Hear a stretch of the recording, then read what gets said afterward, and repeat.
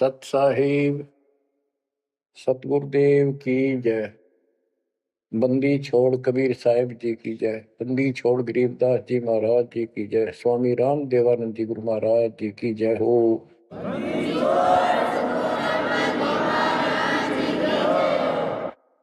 सर्व संतों की जय, सर्व भक्तों की जय, धर्मी पुरुषों की जय। श्री काशी धाम की जय, श्री सुडानी धाम की जय, श्री क्रोथा धाम की जय, श्री बरवाड़ा धाम की जय। सत साहिब परम पिता परमात्मा कबीर जी की असीम कृपा से बच्चों, आज हमारे अंदर अपने घर जाने की प्रबल प्रेरणा हुई है। बच्चों, कोई भी काम है उसकी विशेष जानकारी होने के बाद उसमें रुचि बनती है। किसी प्रकार अब हमें पता चला है कि इस लोक में हम गलत स्थान पर रह रहे हैं, और आपको यह भी याद दिलाया जाता है कि ये शरीर नहीं रहेगा। जिस परिवार को देखकर हम खूब खुश हैं और होना भी चाहिए, पर ये साथ कितने दिन का है यो तक भी ध्यान देते नहीं। इसके ध्यान न देने से हम जन्म और मरण के इस महान कष्ट को भोग रहे हैं, इस महान कष्ट को झेल रहे हैं। अभी तक कोई इस तरह सच्चाई कहने वाला नहीं था। जैसे कोई यूं कह देता ना कि भाई ऐसे ऐसे हो सकता है, मृत्यु हो जाएगी, तो यूं कहा करते भाई, तो भाई ये बात ना बोला मृत्यु हो जाएगी, अच्छी बात बता। यानी यूं कहना बुरी बात मानने थे कि मुंह ना कह मौत भी हो जाएगी, कभी संसार भी छोड़ना पड़ेगा। यानी इस सच्चाई को अवॉइड करने की चेष्टा करते थे।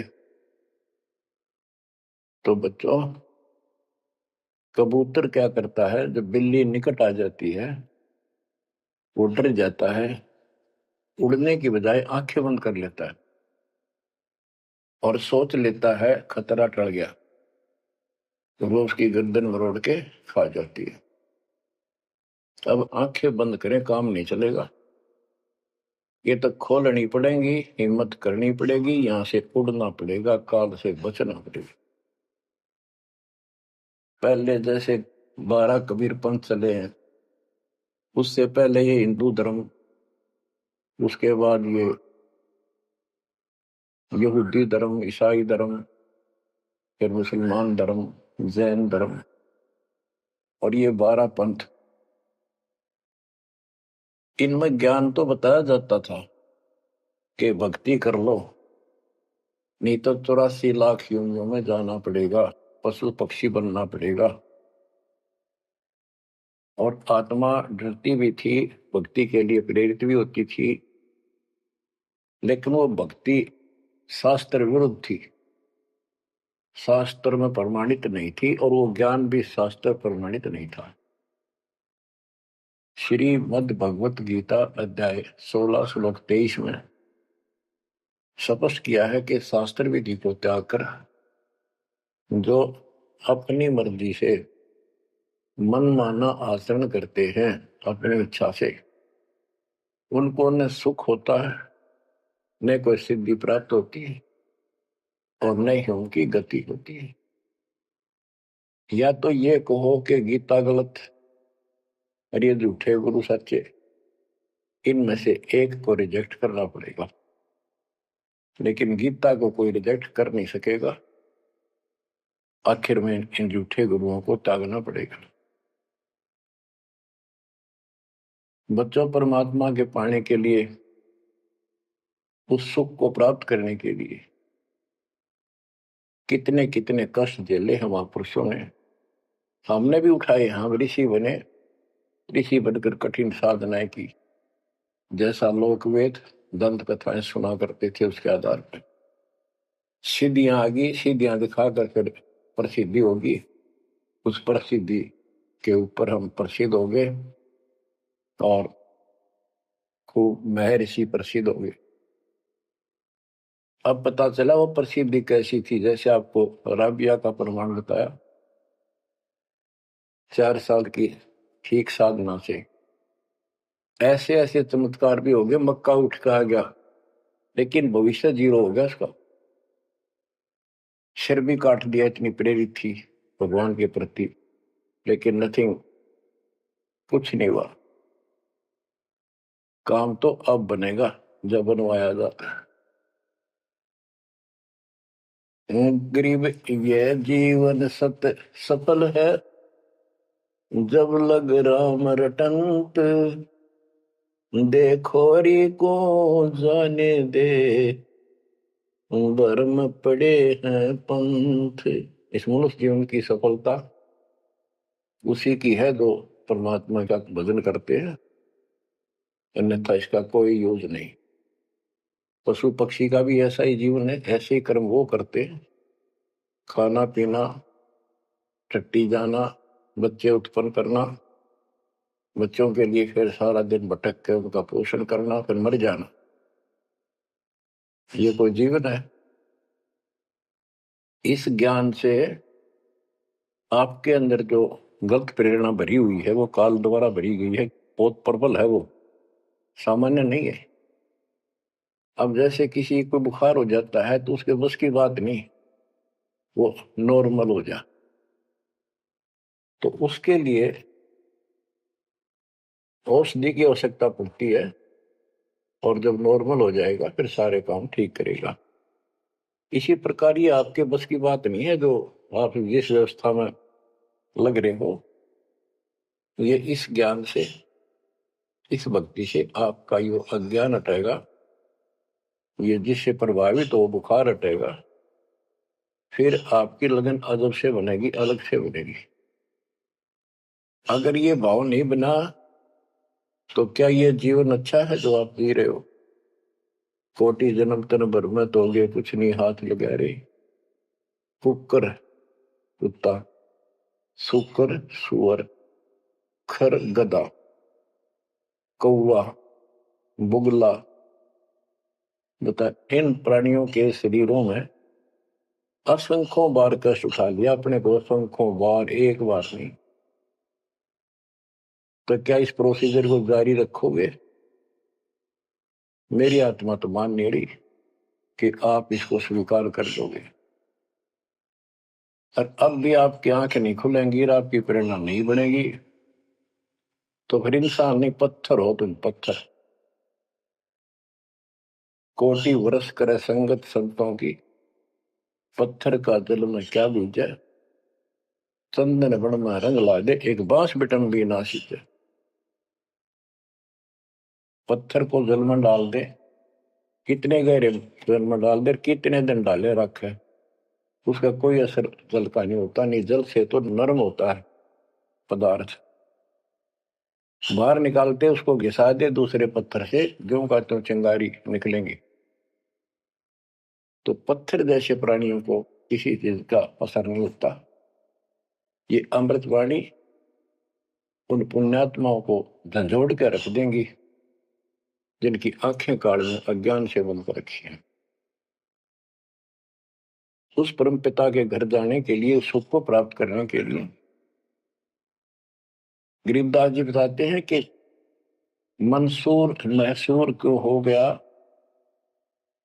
शरीर फांसी प्रवेश, और जाके ऊपर एती नौबत बीती। कैसा है वो देश? उस परमात्मा के सुख को, सतलोक की प्राप्ति के लिए, उसकी प्राप्ति के लिए टुकड़े टुकड़े शरीर करा दिया मंसूर अली जी ने, पीछे नहीं हटा। तो गरीबदास जी कहते वो सुख कितना होगा जिसके लिए शरीर भी खत्म कर दिया, कोई नो प्रॉब्लम। और ये शरीर तो आपका रहेगा नहीं, गारंटीड है। इसलिए बार बार याद दिलाता हूं कि हमारे ऊपर नशा जबरदस्त कर रखा काल में। ये आपके बस की बात नहीं, ये तो ये एंटीबायोटिक आपको प्रेरित रखेंगे। आप भक्ति भी करोगे, बुराइयों से बचोगे, और अपने घर जाने की प्रबल इच्छा बनेगी। जहां आशा ता बासा होई, मन कर वचन सुमरिय सोई। गिरिव नरसिंह रूप सतगुरु धरा, प्रहलाद भगत के काज, हिरणाकुश को ले गया, जो तीतर को बाज। परमात्मा कबीर जी ने ही नरसिंह रूप धारण किया। ये सारा श्रेय अभी तक श्री विष्णु जी उर्फ श्री कृष्ण जी को दिया जा रहा था। जो भी है परमात्मा चाहते हैं कि किसी तरह इनकी भक्ति में आस्था बनी रहे। ये किसी को मानकर भक्ति कर रहे हैं, करते रहो, उससे मिलना कुछ नहीं, पर पिछले संस्कार से मालिक उनकी मदद स्वयं करते हैं। गरीब नामा का देवल फेरा, मुई जवाई गाय, पीड़ा मिट्टी संत की, छान छवाई आए। कबीर साहब कहते हैं, दो दिन मेरी शरण है, ताका हूं मैं दास, दास में नौकर गुलाम, और गेल गेल लग गया तो जब तक धरती आकाश। अब नामदेव जी पिछले संस्कारी थे। परमात्मा कबीर जी कहीं भी आश्रम बना के कुछ समय के लिए रह जाते हैं, एक गुरु की भूमिका करते हैं, अपने बच्चों को वहां आसपास के क्षेत्र के बच्चों को ज्ञान सुनाते हैं। कोयल के बच्चे उस ज्ञान को सुनकर, आवाज को सुनकर परमात्मा की तरफ खिंचे आते हैं, कौवे वाले रह जाते हैं।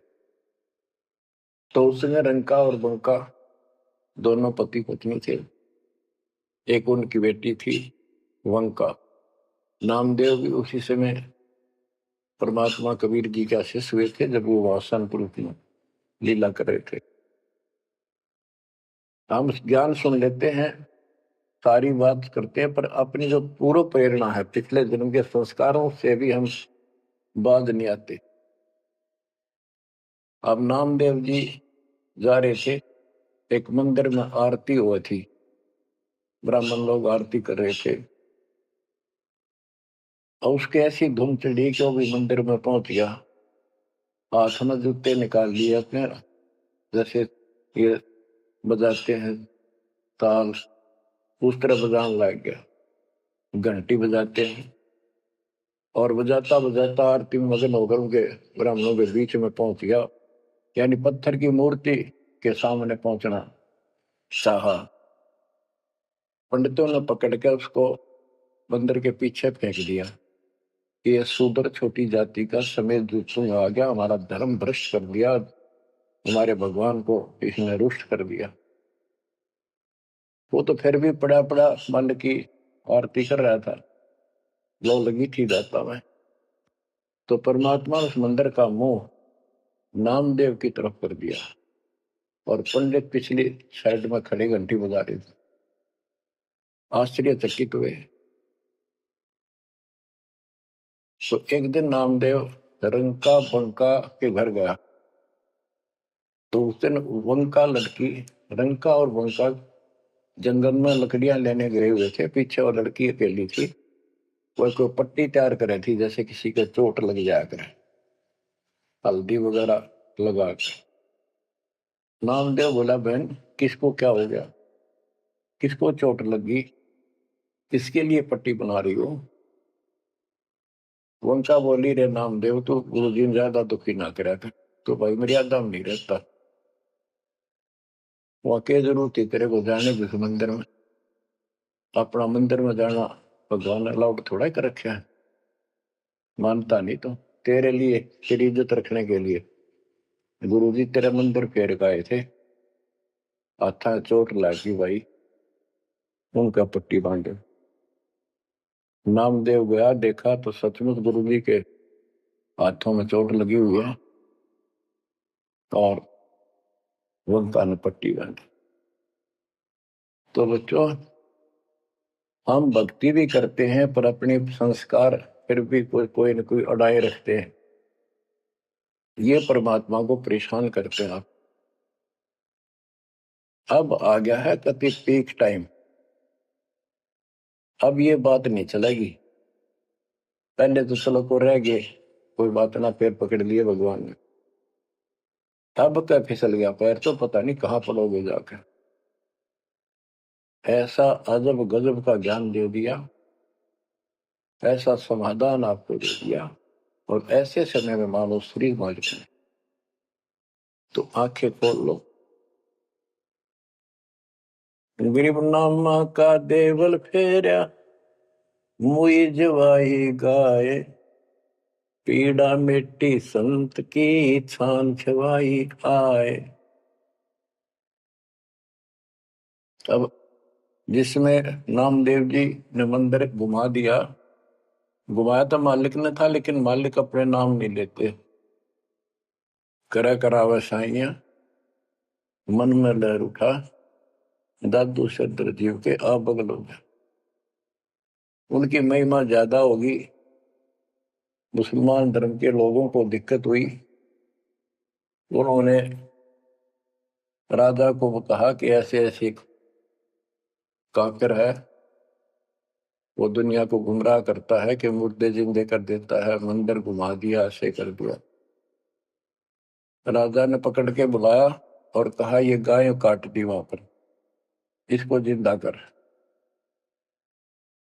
जब जाने तो संत है, नहीं तो तेरी गर्दन यही काट दूंगा। कबीर साहब कहते हैं हम फिर वहां गए अपने बच्चे के लिए और उस गाय को जीवित किया। जैसे पुराने समय में सब छान झोपड़ी डाला करते थे, हट घास ग्रास की, और वो साल भर में कंडम हो जाती थी, तो बारिश आने से पहले उनको फिर से या तो नहीं डालते थे या कुछ रिपेयर किया करते थे। नामदेव की माता जी ने कहा बेटा अपनी छान ठीक कर ले झोपड़ी, बारिश आने वाली है, मौसम निकट है। वो कहने लगा ठीक है माता जी, जाता हूं मैं जंगल से सरकंडे काट के लाता हूं, घास फूस। रास्ते में सत्संग हो रहा था, सत्संग सुनकर फिर वहां सेवा में लग गया। शाम होगी वापस आ गया। उसकी माँ बोली बेटा ले निकल घास फूस। माँ ऐसे ऐसे सत्संग में चला गया, ध्यान नहीं रहा। अगले दिन फिर ऐसे ही। उसकी माँ बोली भाई देख ले तो बारिश हो जाएगी, कुछ दिन सारे कपड़े भीजेंगे, अपने भीगेंगे, बहुत नुकसान हो जाएगा। अगले दिन भी ऐसे हुआ। तीसरे दिन उसने सोचा आधा सत्संग सुन लो और फिर जाऊंगा। आधा सत्संग सुनकर चल पड़ा। सत्संग तो फिर पूरा ही सुनना पड़ा उसने, फिर सेवा सेवा ना करी, अपना काम के लिए चल पड़ा। जल्दी जल्दी घास फूस काटने लगा, पैर में कुहाड़ी लगी, दांती लगी और ज्यादा चोट लगी। पैर के पट्टी बांधी, अपना कपड़ा वही ले रखा तो पाड़ के चदर। और उसी दिन परमात्मा ने नामदेव का रूप बनाया और खूब ये सरकंडे सिर पर धर के ले आए, आके छान बना दी और डाल दी। नामदेव शाम को लंगड़ाता लंगड़ाता पहुंचा। माँ बोली के लग गया बेटा? मैंने बताया माँ ऐसे ऐसे आज भी ना लड़ पाया मैं तो। माँ उस झोपड़ी से आगे पहुंच गई, बेटे को तकलीफ सी देख के क्या लग गया बेटे का। माँ माफ करिए आज भी नहीं सामान जान पाया मैं तो, वो ऐसे ऐसे बन गई मेरे साथ। कोशिश करूँ था जल्दी जल्दी काटूं, माँ दुख पाओगी। मेरे तो पैर में कुहाड़ी लग गई है, दांती लगी, चोट लगी और चला भी नहीं जाता। माँ ठीक होती बनाऊंगा झोपड़ी। उसकी माँ उसके मुंह की तरफ देखे और कह बेटा क्या बोल रहा है तू? तो अभी तो आया था झोपड़ी खुद बना के गया, बेटा क्या कह रही है, चोट कब लगी तेरे? नामदेव निकट आया, देखा ताकि झोपड़ी बना रखी है गजब के सरकंडे लाके। ऐसे तो आसपास की तो थे भी कोनी, ऐसा घास फूस। नामदेव खूब रोया बैठे। माँ भगवान थे, परमात्मा थे वो तो बच्चों जो दिन मेरी शरण है ताका हूं मैं दास, गेल गेल लग गया जब तक धरती आकाश। ये किसी जन्म में भक्ति खूब करी थी जैसे इस युग में, और इस युग के फिसले हुए भक्ति गजब की रहती है, क्योंकि यह साधना शास्त्र रूप है। मोक्ष ना होता तब तक परमात्मा इनके साथ ठहरे, इनसे चमत्कार भी होते रहते, नाम भी हो जाता, पर काम तो ना बना, मोक्ष तो ना हो। तो ये जो ज्ञान आपको सुना जा रहा है, ये हर पहलू पर आपको सतर्क किया जा रहा है। तो या तो इस भक्ति में छोड़ दो, रिया कति दृढ़ हो जाओ, कमर कस लो, अब के पीछा छुटवाना है। ये लल्लो पत्तो बहुत होली, केवल हम सुख मांगते हैं, धन मांगते हैं, बेटा ना तो बेटा मांगते हैं और धन संपत्ति मांगते हैं। ये तो बिना मांगे दे देगा, से दिल डट गया आपका, दृढ़ रहे तो कोई भी काम है दृढ़ता के साथ होता है। कबीर साहब कहते हैं, कबीर धीरे धीरे रे मना, धीरे सब पूछो, माली सींचे सौ गुड़ा, फिर तो है फलो। आज पौधा बोया है आम का, अगले दिन नहीं लगेंगे फल उसके, महीने 20 दिन भी नहीं लगेंगे, वर्षों उसकी सेवा करनी पड़ेगी। एक बार पेड़ बन जाने दो, फिर देखना आपको छाया भी और फल भी इतने देगा, आप भी खाइयो, रिश्तेदारों को खिलाइयो। इसी प्रकार इस भक्ति रूपी पौधे को पेड़ बना लो। दास देख रहा है, दास ने शुरुआत जब की थी, उनकी क्या स्थिति थी मेरे भक्तों की, वो डटे रहे, टिके रहे, आज हर तरह से उबारा है, संसार से न्यारा है, और मोक्ष मिलेगा, जो जन्म मरण का कोड कटेगा। गरीब कबीर के सो बंजारा हुआ, आप भक्ति के हेत कंकर वोई जान के, धन्ना भगत के खेत। धन्ना भगत जी बहुत जबरदस्त भगत थे, बहुत जबरदस्त लगन लगी हुई थी उनकी। दया भाव संत में होती है। बारिश हुई, सभी किसान ज्वार बीजने चल पड़े, और धन्ना की पत्नी ने भी ज्वार दे दी, 5 किलो, पहले खेत में बो के आओ। भगत जा रहा था बैल लेकर के, हल लेकर के, रास्ते में 4-5 भगत भूखे बैठे थे। तब भगत स्वाभाविक साधु संत को देखकर राम राम करी, उसने बैल खड़े कर दिए, बैठ गया 2 मिनट भगवान का। सुबह सुबह पता चला कि उन्होंने 3 दिन से भोजन नहीं खाया था और मरने के कगार पर।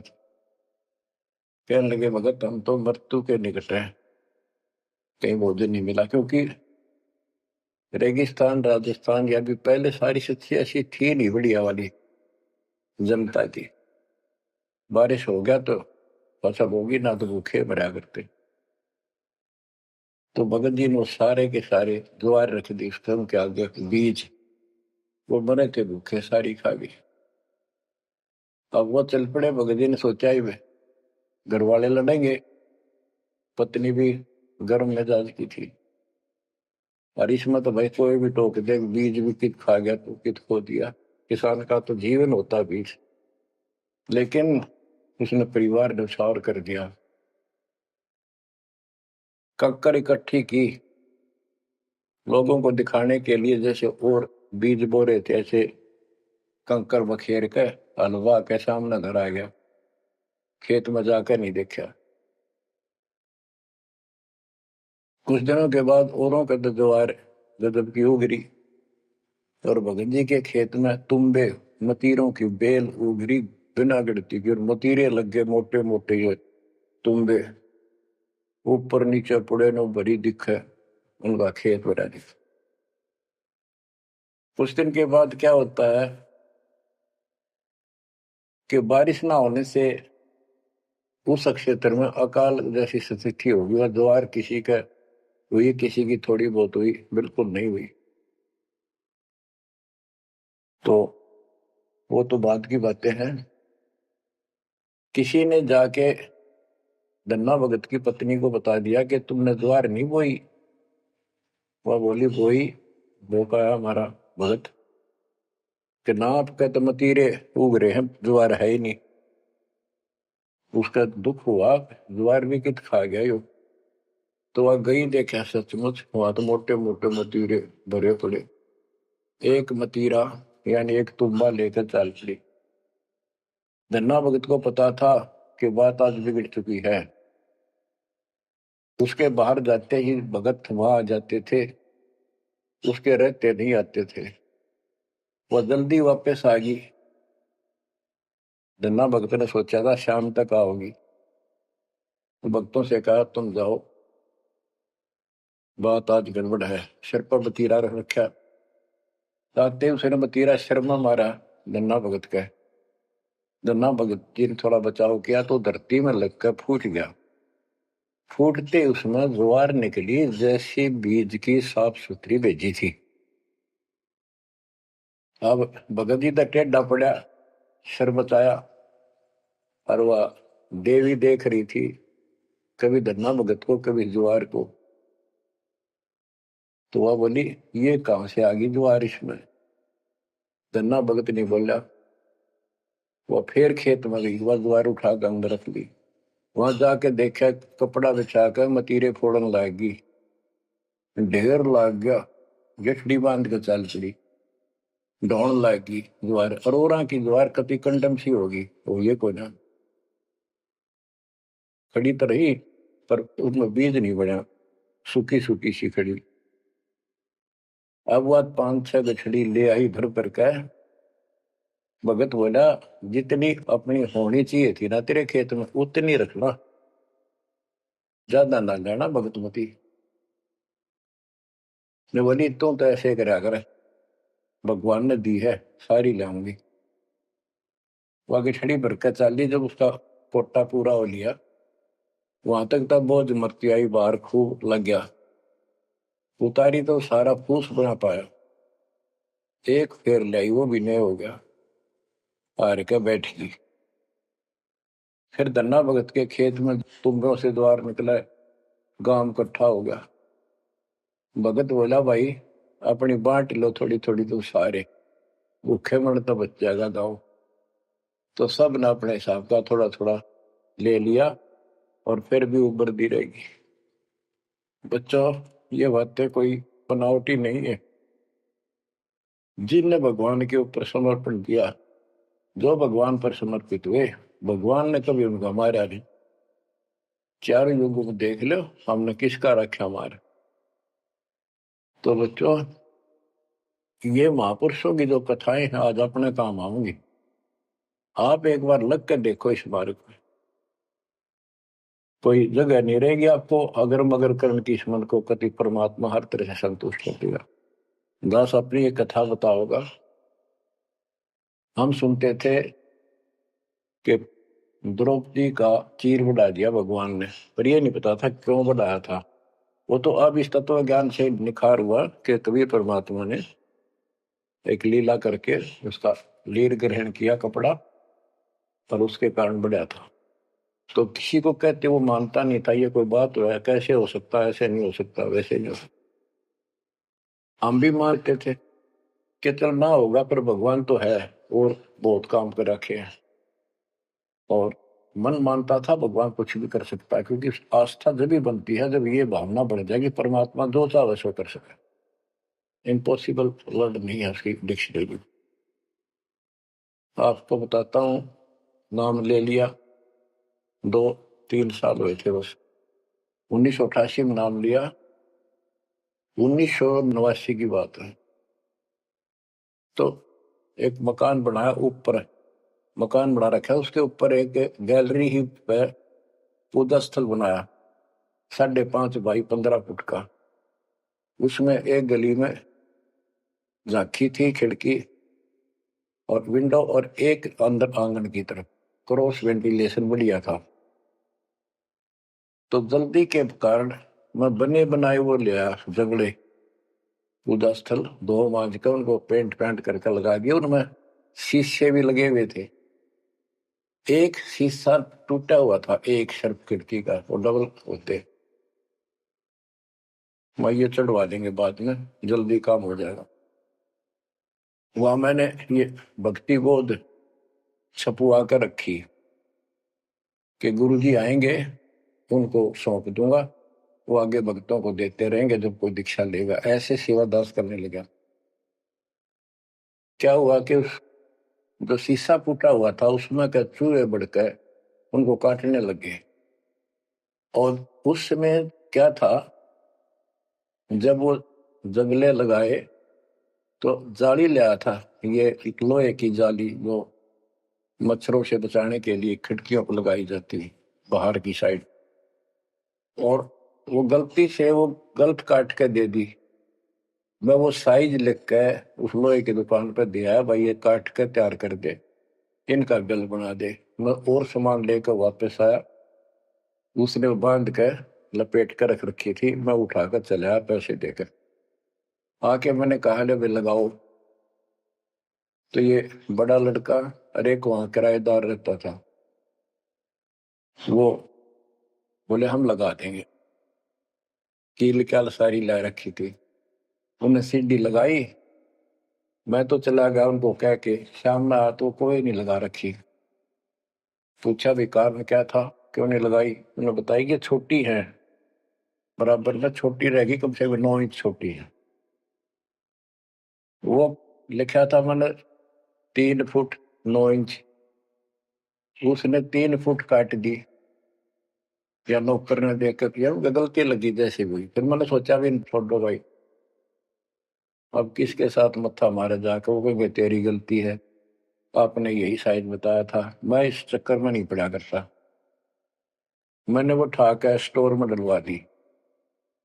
एक सीजन बारिश का ऊपर का उतर गया। फिर वो नित्यनेम छपवाई पुस्तक, फिर उसमें चूहे बढ़ने लगे। कपड़ा बांधा, कपड़ा काट दिया। ये मन में था कि वो जाली तक पूरी है नहीं। फिर दिमाग में आई, भाई ऐसे करो, इस एक खिड़की में दिक्कत है, इस जाली को ऊपर नीचे करके दोनों को एक में सेट कर दो। तो वही दोनों किराएदार, ये बड़ा लड़का, ये छोटा ही था, 14-15 साल का। तो मैं उनको कह के अपनी ड्यूटी पे चला गया। इनकी माता जी ने, नारों ने, वो वहां से निकाल के जाली स्टोर से नीचे डाल दी, भाई लगा दियो। इन शाम सी न लाई किता। मैं ड्यूटी से आया शाम को 5 बजे। मेरी तो वही बात खटक रही थी, इन लगा दी होगी बच्चा ठीक से ना, मैं आप लगाऊंगा साथ लगकर। मैंने देखा एक जाली नीचे पड़ी, एक ऊपर लगा रखी, उसी पे जो शीशा टूटा हुआ था, गिलास। वो गिलास लगवाने का टाइम नहीं मिल रहा था, क्योंकि दूर मेरी ड्यूटी थी, कौशली साइड में 77 किलोमीटर जाना था। ये ऐसा था ही, जुगाड़ करना चाहा था मैं, कर दे फिर आराम से कर लेंगे। तो मैंने अनारों से पूछा कि ये जाली लगा दी उन्होंने। ईब ला के गए, सवेरे की कह रही थी भाई ला दे, पर ध्यान नहीं दे रहा था यो, लापरवाह। ईब ने देखा गाने वाला पापा ने फटाफट बुला कर नींद को लगवा दी। मैं बोला जाली ये और ले आए क्या ये? बोला नहीं और तो नहीं है, ये तो वही है जो ऊपर डाल रखी थी स्टोर में। मैंने ये सुबह आपके जाते इनको कह दी कि भाई ये रखी, लाओ जब ला दियो। मुझे विश्वास नहीं हो रहा, तू सच्ची बता, ये बदलवा तो नहीं डाय इसको? वो बोली बदलवाओ की थी तो लाई मुश्किल तो है, बदलवाने का कित है वो। मैं हैरान, मेरा विश्वास नहीं हो रहा कि एक पूरी हो ही नहीं सकती। पूरी हो करके भी 6-7 इंच नौ लटक रही बराबर मुड़ के। 9 इंच वो बड़ी और 6 इंच और एक्स्ट्रा उसी साइड। दूसरी देखी, दूसरी भी गई। फिर इसने लैब में ढूंढ गए, बड़े लड़के ने खेल रहा था कि तो। मैं बोला तू ये बता, ये जाली बदलवा के लाया है कि वही है? वही है, मेरी मां ने उतार के यहाँ डाल रखी थी, हमने ला दी। मैं मेरी कसम खा, कबीर साहब की कसम खा रही। बच्चों, वो दिन है आज, इतना गजब का विश्वास कर दिया दोस्तों। बात कुछ नहीं थी, बात और भी लाई जा सके थी, लेकिन लो दिखा दिया। कपड़ा छोड़, हम लो बढ़ा जा। इस मालिक कबीर साहब ने लोहे की जाली बना दी, वो आज भी विद्यमान है। एक तो उनमें से वो मकान बेच दिया था इसने, वीरेंद्र ने, मेरे यहाँ इस मार्ग पाने के बाद। जिसने लिया वो भगत, उस भगत ने वापस डोनेट कर दिया कि ऐसी अनमोल पूंजी को मैं सुरक्षित नहीं रख पाऊंगा, आपको वापस दे दी। आज वो फिर वही है, वह जाली लगी हुई है। हमने भी उसको सफाई अभी किया नहीं है, क्योंकि हमें थोड़ा सा फुर्सत ही होगी, यहाँ से निपटेंगे इस मिशन को पूरा करके, उसको फिर याद के रूप में रखेंगे। तो बच्चों, विश्वास रखो इस मालिक पर। कहे कबीर सुनो भी साधो, मैं तो हूँ विश्वास में, और गलत साधना करने से कुछ नहीं मिलेगा। क्या बताते हैं? गरीब कबीर के सो बंजारा हुआ, आप भक्ति के हेत काकर बोई जान के, धन्ना भगत के खेत। वहां काकर से अन्न हुआ, कंकर से, वहां काकर से अन्न हुआ, वहां केसों से हुआ कबीर। वार पार पावे नहीं गति कुछ गहर गंभीर। अब नकली गुरुओं के कारण ये सारा अध्यात्म ज्ञान नष्ट होया पड़ा था। उसके बारे में गरीबदास जी बताते हैं, गरीब विष्णु त्रिलोकी नाथ के परचे कोटि अनंत, भगत वत्सल भगवान है क्यों निंदत है संत। यानी भगवान में आस्था बनाए रहने के लिए परमात्मा ने इन पर विष्णु जी को निमित्त बनाकर लीलाएं की। कहते हैं इनको विशेष वो ना समझो, ये भी अच्छी आत्मा है, तीन लोक के नाथ हैं। अब जैसे कोई मंत्री है, उसकी भी पावर होती है, उसको ये कहना तो कुछ नहीं है, प्रधानमंत्री सब कुछ है, ये तो लड़ाई वाली बातें हैं। ये तो सतीथी बताई है, इनकी इतनी औकात है, इतनी ताकत है, उनकी इतनी है, इनसे हम दूर नहीं हो सकते, और इनको एज ए ईस्ट पूज भी नहीं सकते कि ये करतार बने हुए हैं अपने आप। ये वो करतार नहीं जो होना चाहिए। गरीब करता ऊपर चोट है, कहते हैं करतार, मूल लह नहीं मूर्खा, गिनते हैं क्यों डारे। ओए होए, कि जितने करतार अपने आप बना रखे तुमने, राम कृष्ण विष्णु, ये फिर कितने बना रखे। कर्ता ऊपर चोट है, जो एक करतार को छोड़कर अन्य जो कर्ता बनते हैं उनकी दुरुक्ति होती है। रामचंद्र देख लो, सारी उम्र दुखी रहा और कर्ता बन रहा था, लोग भगवान के थे भी मान लेता था, आजीवन कष्ट रहा, अंत में सरयू नदी में जल समाधि ली, डूब कर मरा। कृष्ण जी सारी उम्र दुखी रहा, सुख का सांस कभी नहीं, कभी कंस, कभी केसी, कभी चाणूर, कभी कुछ पूतना, और आखिर में दुर्वासा के श्राप से कुल उनके सामने नष्ट हो गया। जिसका कुल सामने मरे है और पश्चात वो जीव है, सबसे निर्भाग आदमी है। सब कष्टों को देख कर रो रो के टाइम काटा, आखिर में एक विषाक्त तीर से मारेगा, विषाक्त जहर से बुझे हुए एरो तीर से मारेगा।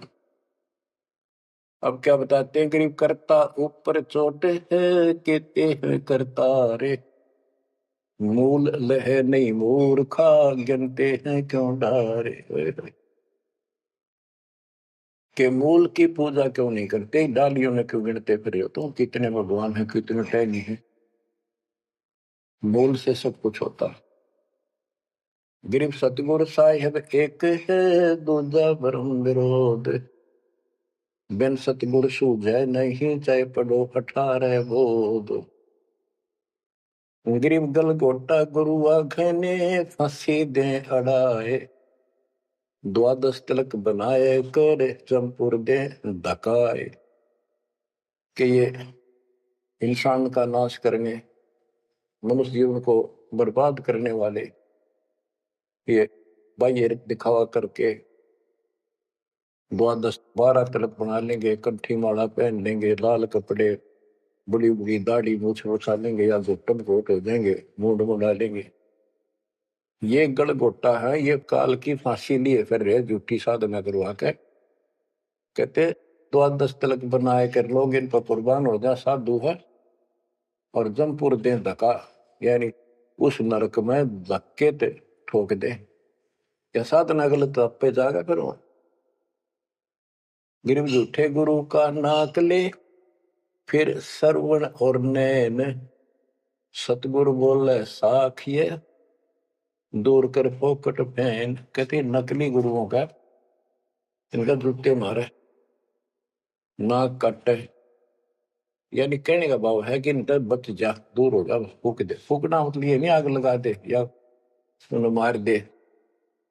उन्होंने आग्रह कैसे, यह कहावत हमारे यहाँ कि इसने फूक दे एक तरफ, जैसे कोई सामान मंगाया, इसकी जरूरत नहीं, कौन खा ला ना, फूक एक तरफ, यानी पटक दे दूर।